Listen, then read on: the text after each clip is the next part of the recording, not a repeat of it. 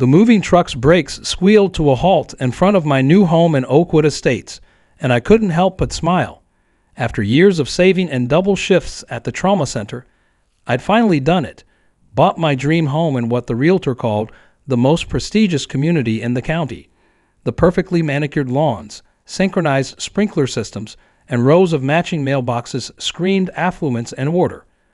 My smile lasted exactly 12 minutes. "Excuse me, excuse me." A shrill voice cut through the peaceful morning air. I turned to see a woman power walking across the street, her designer heels somehow not sinking into the pristine lawn. Her highlighted blonde hair was styled into what I'd come to know as the "I need to speak to your manager" special, and she clutched a hot pink clipboard like it was the tablets of Moses. "Commercial vehicles must be parked in designated zones only," she announced, already scribbling on a neon violation notice. "That'll be $150. Welcome to Oakwood Estates. I'm Karen Whitmore, HOA president." She flashed a smile that didn't quite reach her eyes. I stared at the ticket, then at her, then back at the ticket. I haven't even finished unloading my couch. "Rules are rules," she chirped, somehow making it sound both cheerful and threatening. Section 4.21 of the HOA guidelines clearly states all commercial vehicles, including moving trucks, must be parked in the designated loading zone behind the community center. "The community center that's 6 blocks away?" I asked, already feeling a headache forming. "Precisely." Karen's smile widened. "You'll find a copy of our comprehensive guidelines in your welcome packet. All 347 pages of them. I'd start reading immediately. There will be a quiz at the next mandatory resident meeting." She clip-clapped away, leaving me with a pink slip and a sinking feeling in my stomach. The movers looked at me sympathetically as they hefted my couch through the doorway. "Don't worry too much," a voice called from next door. An elderly Asian woman was tending to a gorgeous garden of chrysanthemums. "I'm Mrs. Chen. Been here 15 years. Karen's? Well, Karen's Karen. Just keep your head down and document everything." Before I could ask what she meant by document everything, Karen's voice rang out again, this time from Mrs. Chen's yard. "Mrs. Chen, these chrysanthemums are not from the approved flower list for this quarter. That's another violation. And is that an unauthorized wind chime I hear?" I watched in disbelief as Karen produced another violation notice, this one a violent shade of orange. Mrs. Chen's kind face fell slightly, but she maintained her dignity. "They're memorial flowers for my late husband, Karen, the same ones I've had for 5 years. The approved flower list changed last week," Karen said sweetly. "You should have attended the emergency meeting at 2 p.m. last Tuesday." "I was at my chemotherapy appointment," Mrs. Chen replied quietly. "Well, rules are rules. $200 fine, due by Friday." Karen practically skipped away, her clipboard fuller and her day presumably brighter. I spent the rest of the afternoon moving in, jumping at every sound that might be Karen's heels on the pavement. By sunset, I'd received 2 more violations, one for excessive door opening during moving activities, $75, and another for leaving an empty water bottle on my porch for more than 7.5 minutes, $50. That night, as I sat surrounded by boxes in my new home, I read through the HOA guidelines. It was like diving into a dystopian novel written by a bureaucrat on a power trip. Everything, and I mean everything, was regulated. The acceptable height of garden gnomes, none. The permitted angles for opening window blinds, 45 or 90 degrees only. And even the approved times for visible laptop usage on front porches, weekdays 3 to 5 p.m., weekends with written permission only. I'm a trauma nurse. I've seen things that would make most people faint. But as I read through those guidelines, watching my phone light up with notifications from the Oakwood Estates Community Compliance app, mandatory download, $35 monthly subscription, I felt a different kind of dread settling in. I just paid $425,000 to live in a prison with really nice landscaping. Little did I know, this was just the beginning of my descent into HOA hell, and my eventual rise as the person who would bring the whole system crashing down. My first HOA meeting was scheduled for 7 p.m. sharp in the Oakwood Estates Community Center.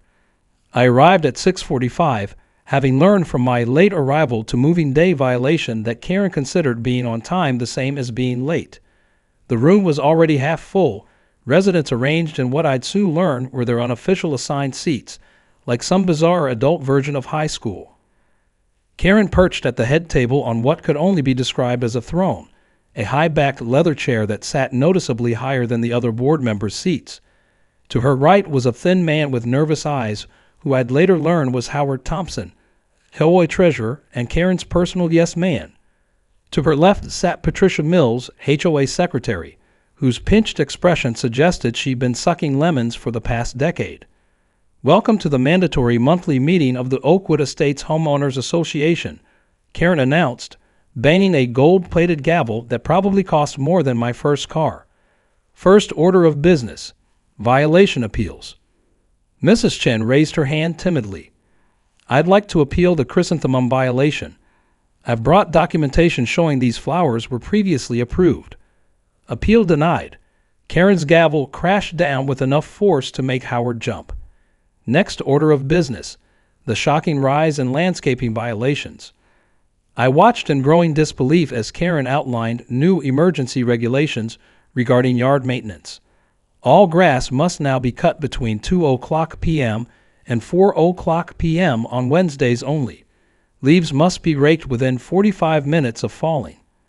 Rain gutters needed to be painted in the new approved shade of taupe, available exclusively through Karen's husband's hardware store at the low price of $89.99 per quart.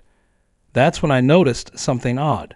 Through the window behind Karen, I could see her own house across the park.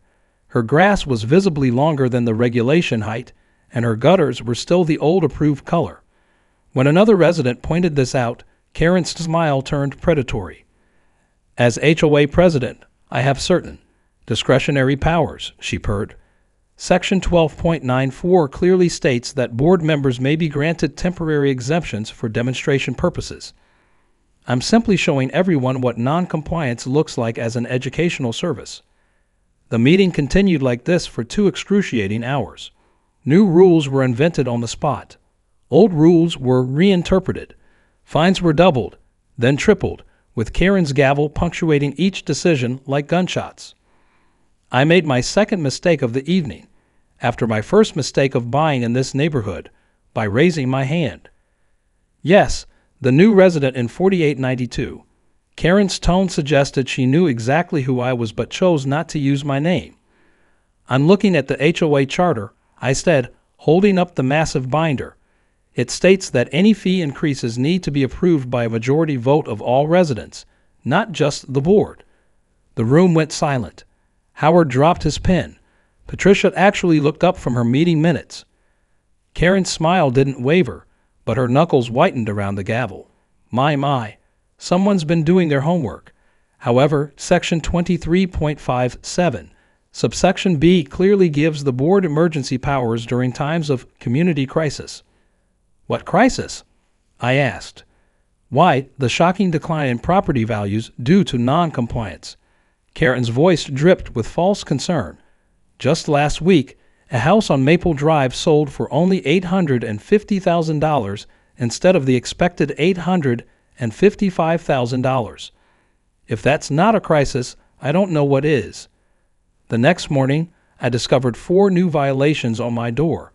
My porch light was 2.3 watts brighter than regulation. My welcome mat was insufficiently welcoming. My car, parked perfectly in my driveway, was casting unauthorized shadows on community property. The fines totaled $675. But the coup de grace came that afternoon. I returned from my hospital shift to find Karen and Howard measuring my front door with digital calipers. Just as I suspected, Karen declared triumphantly, "This door's weather stripping extends 0.4 millimeters beyond regulation depth. That's a Class 3 violation, $450. You're measuring my weather stripping." I was too tired from a 12-hour shift dealing with actual emergencies to hide my incredulity. Rules are rules. Karen sang her favorite phrase. Oh, and do remind me, have you submitted your application for the mandatory resident compliance training workshop yet? Only $299 per session, taught by yours truly. It's required for all new residents who receive more than 3 violations in their first month. As she clapped away, I noticed her own front door across the park. Its weather stripping was practically falling off. That night, as I calculated how much these fines were going to cost me, I received an anonymous note under my door. Karen's getting worse, but you're not alone. Meeting tomorrow, 8 p.m., Chen residents. Come around back. Don't let anyone see you. The resistance, it seemed, was about to begin. At exactly 8 p.m., I crept through Mrs. Chen's immaculate garden, feeling ridiculous. Here I was, a 34-year-old trauma nurse who regularly handled life and death situations, sneaking around like a teenager past curfew. But after 3 weeks in Oakwood Estates, I understood the need for secrecy. Mrs. Chen's basement was already half full when I arrived.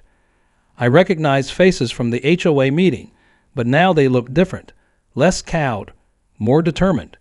Maria Rodriguez, the local kindergarten teacher, was setting up a laptop. Thomas Freeman, a retired judge, sat reviewing documents. Sarah Kim, who ran the corner bakery, was stress-eating one of her award-winning muffins. "Welcome to the resistance," Mrs. Chen said with a slight smile, closing the blackout curtains. "Though we prefer to call ourselves the Community Preservation Alliance, it looks better in the legal documents." Maria pulled up a PowerPoint presentation titled Karen's Greatest Hits. The room grew quiet as she began clicking through slides. Last month, the Paddles were fined $500 for excessive cooking aromas after making curry for their daughter's wedding. Maria explained. The Williams family got a $750 fine for having a non-regulation wheelchair ramp, which was installed by the VA for their son who lost his leg in Afghanistan. Thomas Freeman stood up, his legal training evident in his precise tone. What many residents don't know is that Karen's authority is largely self-proclaimed. I've reviewed the original HOA charter from 1985. Most of these emergency powers, she claims, they don't exist. So why doesn't anyone stop her? I asked. Sarah Kim raised her hand. I tried last year, filed a formal complaint about selective enforcement. The next day, Karen's husband's construction company started emergency road work that blocked access to my bakery for 2 weeks. I nearly went bankrupt. The stories kept coming. Karen had threatened an elderly resident with eviction for planting unauthorized roses, the same variety Karen herself had in her garden. A single mother was fined $1,000 for running an illegal business because her daughter set up a lemonade stand. Every story made my blood boil more. But the real bombshell came from Howard Thompson's wife, Linda, who'd been quietly taking notes in the corner. Karen's not just power hungry. She's stealing from us, Linda revealed, her hands shaking as she passed out spreadsheets. Howard's been keeping duplicate books, the special assessment fees for the new community center, the money's going to an account in the Caymans, the mandatory landscaping contracts, all through shell companies owned by Karen's family. I studied the numbers, my mind racing. These fines aren't just harassment. They're a revenue stream. She's targeting people she thinks won't or can't fight back. Exactly, Mrs. Chen nodded. But she made a mistake with you. She doesn't know about your connections. The room turned to look at me. Working in the trauma center, I built relationships with police officers, lawyers, and city officials, people who knew how to handle corruption. For the first time, I saw hope in these residents' eyes. That's when we heard the clip-clap of heels on the sidewalk above. Maria quickly killed the lights. We froze, barely breathing, as Karen's voice drifted through the window. I could have sworn I saw lights in Mrs. Chen's basement. That would be a violation of the new no unauthorized basement illumination after 7:30 p.m. rule. We waited in tense silence until her footsteps faded, but the message was clear. We weren't just paranoid. We were being watched. We need to be careful, Thomas whispered. Karen has eyes everywhere. Those new security cameras she installed last month. They're all pointed at the homes of residents who've challenged her. Then we'll be smarter than her, I said, an idea forming. We've been playing defense, following her rules. Maybe it's time to make her play by the actual laws. Mrs. Chen smiled, a glint of mischief in her eyes. I was hoping you'd say that. You see, my grandson is a forensic accountant for the FBI. We spent the next 2 hours planning our counterattack. Each person had a role. Maria would document violations of actual HOA bylaws. Thomas would prepare legal briefs. Sarah would use her bakery as a dead drop for sharing information. And I would set up the perfect trap. As we left that night, slipping out one by one through Mrs. Chen's garden, I felt something I hadn't since moving in. Hope. Karen thought she was ruling over her perfect little kingdom. She didn't realize she was actually building her own glass house, and we were about to start throwing stones. But first, I had a barbecue to plan. The call came at 2 a.m. during my night shift at the trauma center. My sister Emily's voice was tight with pain. Jenny, I need help. My appendix is about to burst, and Mike's deployed overseas. Could you please watch the kids? There's nobody else. I didn't hesitate. I'll be there in 20 minutes. By 3 a.m., I had 3 sleepy children, ages 6, 8, and 10, bundled into my spare bedroom. Emily was headed into emergency surgery, and I'd already called in a favor to cover the rest of my shift. As a trauma nurse, I knew exactly how dangerous a burst appendix could be. Family comes first. I should have known Karen would find a way to make even this into a violation. The pounding on my door started at 7:30 a.m. Not a normal knock. This was the entitled hammer of HOA authority. Through the peephole, I could see Karen in full battle regalia, tennis whites, clipboard, and 2 of her compliance officers filming with their phones. Open up. This is an emergency compliance inspection. I opened the door just enough to speak through the gap, trying not to wake the kids. Karen, it's not even 8 a.m. What emergency? We've received reports of unauthorized overnight occupants. She thrust her phone forward, showing footage of me bringing the kids in last night. Section 7.2(1) clearly states all overnight guests must be pre-approved with 72 hours notice and a $50 per person registration fee. Karen, I kept my voice level, using the same tone I use with agitated patients.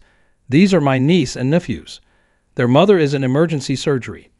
I'm their emergency contact and a medical professional. Rules are rules. Her voice rose shrilly. That's $150 in registration fees, plus $500 per unauthorized occupant, plus an additional $750 emergency inspection fee. The commotion had woken Emma, my 6-year-old niece. She appeared behind me, clutching her stuffed rabbit, tears already forming in her eyes. Aunt Jenny, is Mommy okay? Karen's predatory smile widened. Photography of an unauthorized minor without a media release form. That's another $300. Something in me snapped. Maybe it was the 48 sleepless hours. Maybe it was seeing my niece cry. Or maybe it was just the final straw in Karen's tower of tyranny. You're filming my traumatized niece at 7:30 in the morning and trying to find me for providing emergency medical shelter to family members. Family status is irrelevant to HOA bylaws, Karen declared, scribbling furiously. Furthermore, your tone could be considered hostile. Section 11.42 clearly prohibits. I'm calling the police. I interrupted, pulling out my phone. Karen actually laughed. Go ahead. Officer Williams is head of our Community Safety Committee. He'll back up every violation. Officer Williams. Now it was my turn to smile. Jim Williams, 6'2", motorcycle enthusiast, got his arm stitched up by me last month after a hiking accident. Karen's smile faltered slightly. You know Officer Williams. I know most of the first responders in this county. Trauma nurse, remember? We see a lot of each other at work. I let that sink in. I also know Detective Sanders in financial crimes. Should I give him a call too? I'm sure he'd be fascinated by those special assessment fees you've been collecting. The color drained from Karen's face. For a moment, just a moment, her mask slipped. Then it was back, harder than ever. "You're making a very big mistake," she hissed. "I'd hate for your home insurance to find out about all these violations. One call from me and your rates could triple. Or maybe the city needs to do an emergency inspection of your property. I have friends in the building department too." She leaned closer, dropping her voice. "Remember what happened to Sarah's bakery? Accidents happen. Roads need emergency repairs. Utilities sometimes get mysteriously cut off. It would be a shame if your night shift schedule was disrupted by unexpected infrastructure issues." Behind me, Emma started crying harder. Karen smirked and raised her phone to film again. That was her biggest mistake. "I'm normally a calm person. You have to be in trauma care. But threatening my family, making my niece cry, trying to extort money from people during medical emergencies, that's not just crossing a line. That's tap dancing over it with gleeful malice." I closed the door in her face mid-violation and pulled out my phone. Not to call the police. Not yet. First, I called Mrs. Chen. "It's time," I said when she answered. "Call everyone. The emergency barbecue plan starts now." Karen thought she had all the power, all the connections. She was about to learn that in this town, first responders look after their own, and she just threatened the wrong trauma nurse's family. Detective Mike Sanders sat in my kitchen, staring at the stack of documents spread across the table. My niece and nephews were finally asleep upstairs, exhausted from their traumatic morning. Emily's surgery had gone well, but she'd need several days to recover, days that Karen had essentially tried to turn into an extortion opportunity. "This is," Mike whistled low, flipping through the financial records Linda Thompson had provided. "This is something else. Your HOA president's been busy." I poured more coffee as Mrs. Chen's grandson, David, pulled up spreadsheets on his laptop. As a forensic accountant for the FBI's white-collar crime division, he knew exactly what to look for. "Look at these patterns," David pointed to a series of transactions. "Every time Karen issues a major fine, the money gets split 3 ways. 1/3 goes to the official HOA account, that's for show. 1/3 goes to Premium Landscaping Services, a company owned by her husband. The last third vanishes into a web of shell companies."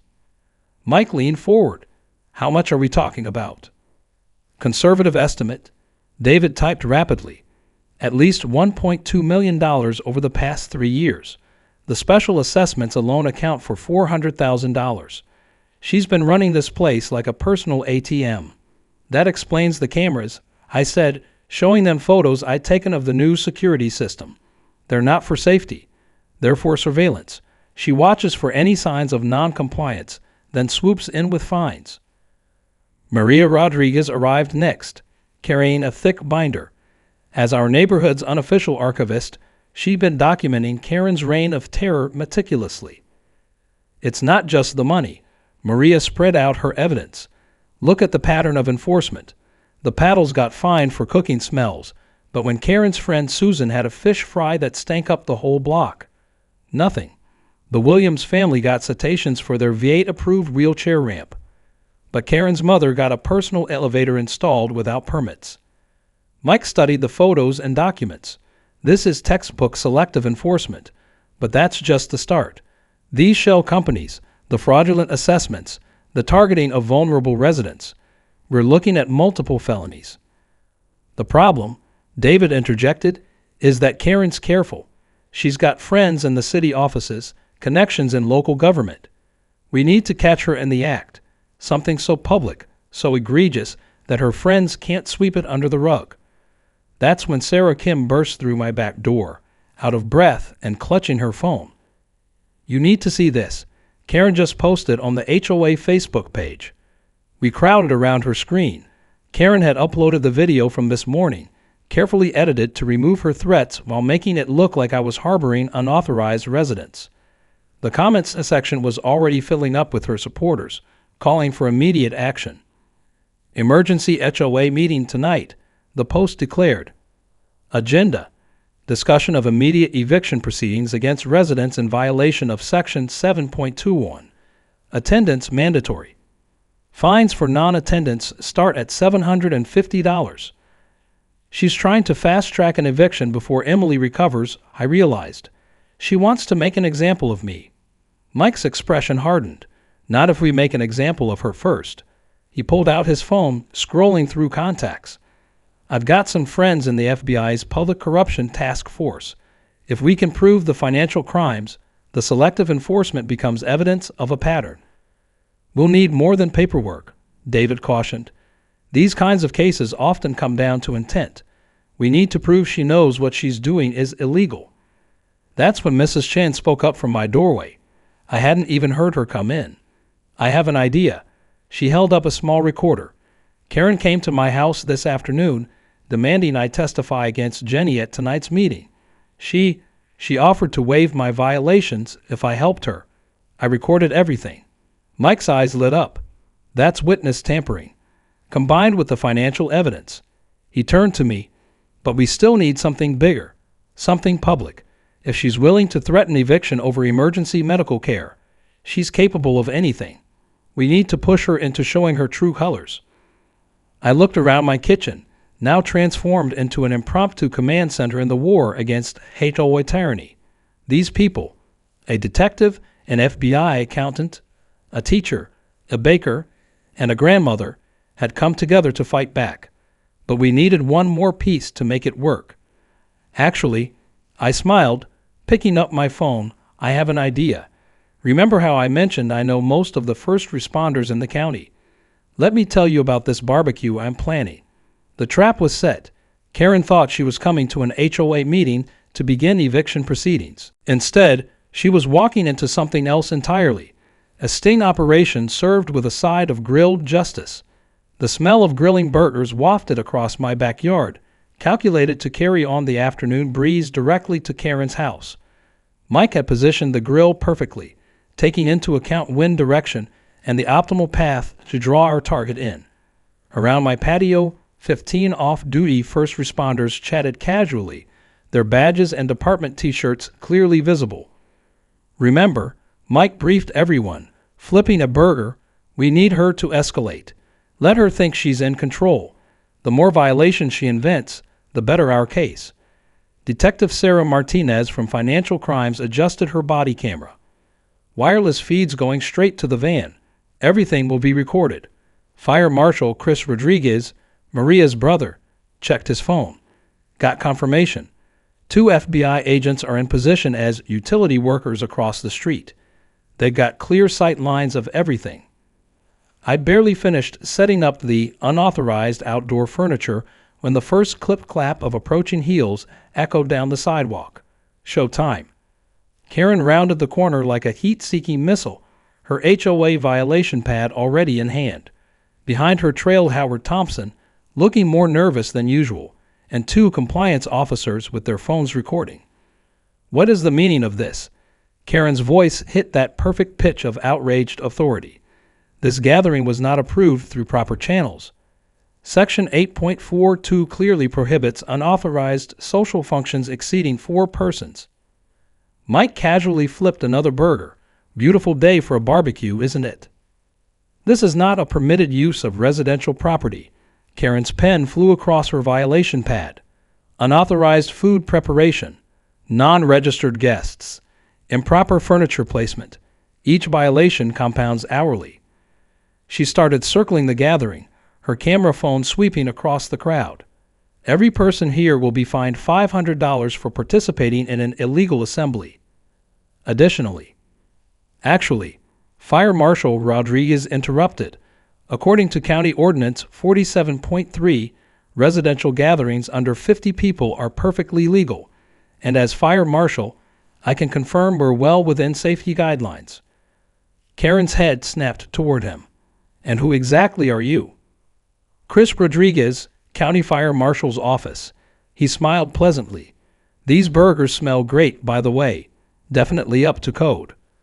Karen's face flushed. The FOA regulations supersede. State and county law? Detective Martinez raised an eyebrow. That's an interesting legal theory. Mind if I record you explaining that? Who are all these people? Karen demanded, finally noticing the various department logos and badges. This is clearly an organized attempt to. To what? I asked innocently. Have a barbecue with my first responder friends. The ones I work with every day in the trauma center. The ones who, by the way, are very interested in your creative interpretation of emergency services regulations. That's when Mrs. Chen arrived, right on cue, carrying her famous spring rolls.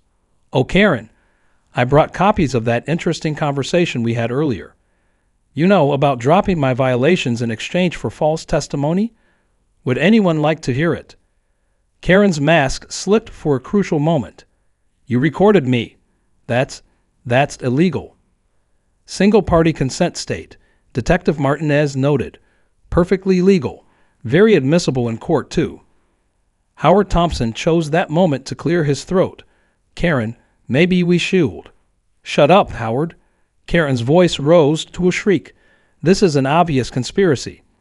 I'm calling the police. Already here, called Officer Jim Williams, raising his burger in salute. Though I'm off duty at the moment.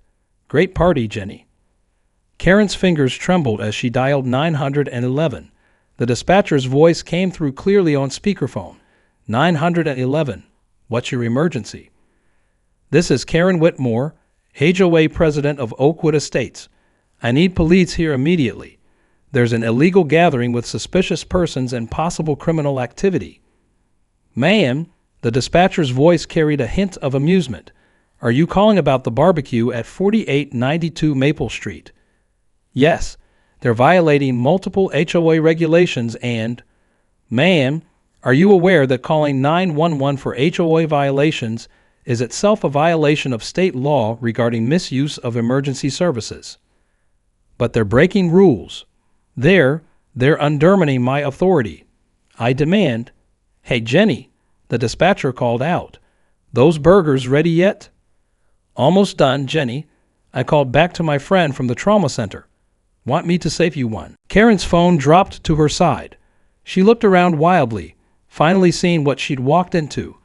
A gathering of law enforcement, fire department officials, and emergency services personnel, all watching her meltdown with professional interest.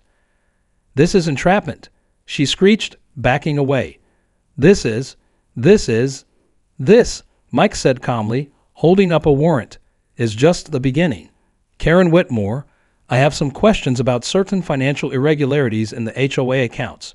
Shall we discuss them here, or would you prefer to do this down at the station? Karen ran. She made it exactly 3 houses down before discovering that running in tennis whites and designer heels isn't as easy as it looks on TV. As Officer Williams led a handcuffed Karen back toward us, I heard her muttering something about rules being rules. I couldn't agree more. The interrogation room at the county police station looked exactly like the ones on TV, right down to the flickering fluorescent light. I sat behind the one-way glass with Detective Sanders, watching as Karen's perfectly manicured world crumbled around her. Let's go through this again, Detective Martinez said, spreading photos across the table. These shell companies, Premium Landscaping, Elite Community Services, Quality Infrastructure Solutions, they're all registered to different addresses. But somehow, every payment ends up in accounts controlled by your family members. Those are legitimate business contracts. Karen's voice had lost its imperious tone, replaced by something closer to panic. The board approved every transaction. The board? Martinez slid forward a stack of sworn statements. You mean the board members who've all signed testimonies about being coerced into approving whatever you wanted? The same board members you threatened with selective enforcement and personal retaliation.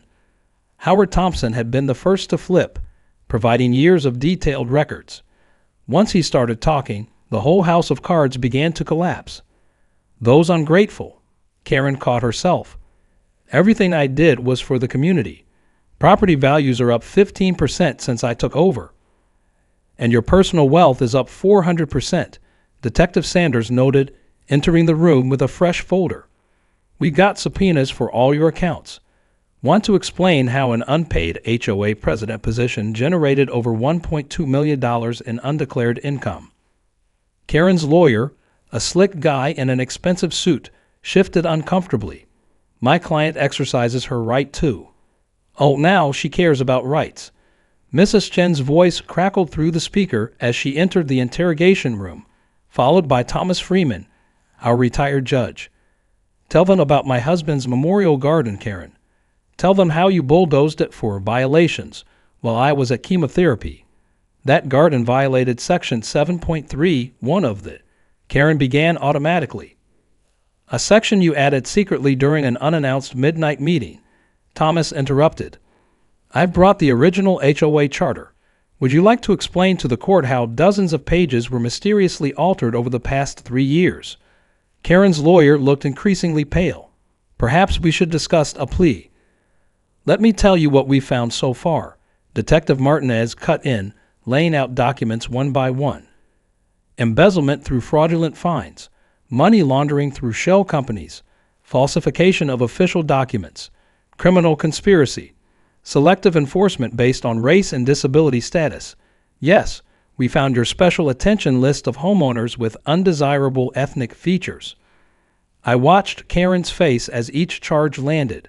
The mask of HOA authority was cracking, revealing the desperate fraudster beneath. "The FBI's forensic accountants are particularly interested in these offshore transfers," Sanders added. "International wire fraud is a federal offense. And let's not forget the attempted witness tampering with Mrs. Chen." "You don't understand," Karen burst out. "These people needed control. Without strict rules, they'd turn our beautiful community into chaos. The ethnic decorations, the disabled ramps, the children making noise.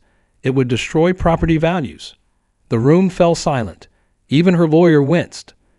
"Thank you for that illuminating statement," Martinez said quietly. "Would you like to clarify any other discriminatory policies for the record?" The door opened again. Patricia Mills, the HOA secretary, walked in carrying a laptop.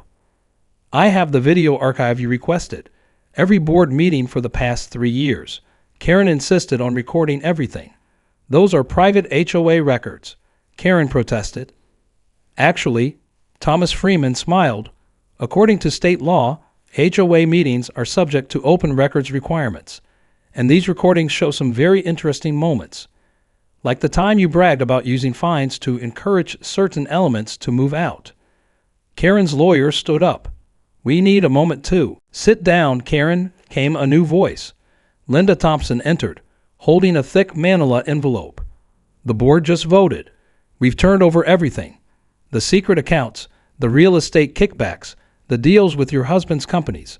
All of it." "You can't. I'm the president. I have executive." "Not anymore," Thomas Freeman interrupted. "As of an hour ago, the board voted to remove you from all positions. The state attorney general's office is already reviewing our petition to dissolve the current HOA structure entirely." Karen's perfectly coiffed hair had begun to droop. Her designer outfit, usually so pristine, looked rumpled. The Queen of Oakwood Estates was watching her kingdom collapse in real time. But the rules," she whispered. "Yes, Karen," I said, finally entering the room. "The actual rules. Like state and federal laws against fraud, discrimination, and criminal conspiracy. Rules are rules, remember?" As they led Karen away to be formally charged, she turned back one last time. "You'll regret this. Without me, property values will." "Actually," Mrs. Chen called after her, "they've already gone up since your arrest. Turns out, not having a corrupt HOA president is great for the neighborhood." The last thing we heard was Karen bursting into tears as the door closed behind her. In the end, her own obsession with rules and control had built the perfect case against her. She documented everything, certain of her own authority, never imagining it would become evidence. Sometimes justice arrives with a badge, and sometimes it arrives with a barbecue. 1 year later, I stood in my backyard watching kids play on the newly installed community playground. The real one, not the luxury tot recreational facility Karen had embezzled funds for. The sound of laughter mixed with the sizzle of grilling burgers and the gentle chime of Mrs. Chen's wind chimes. Karen's trial had been surprisingly short, thanks to the mountain of evidence she'd meticulously documented herself. 15 years for fraud, embezzlement, and criminal conspiracy, plus civil penalties that would keep her in debt long after her release. Her husband got 8 years for his role in the scheme. Howard Thompson received immunity for his testimony, though his confession during the trial, breaking down in tears about years of being Karen's unwilling accomplice, had been dramatic enough for the local paper to run it as a front-page story. The most satisfying moment had come during sentencing when the judge, citing Karen's own extensive records of discriminatory enforcement, ordered her to pay additional restitution to every resident she targeted based on race, disability, or family status. As the judge noted, the defendant's obsessive documentation of her own crimes makes this court's job remarkably straightforward. More lemonade.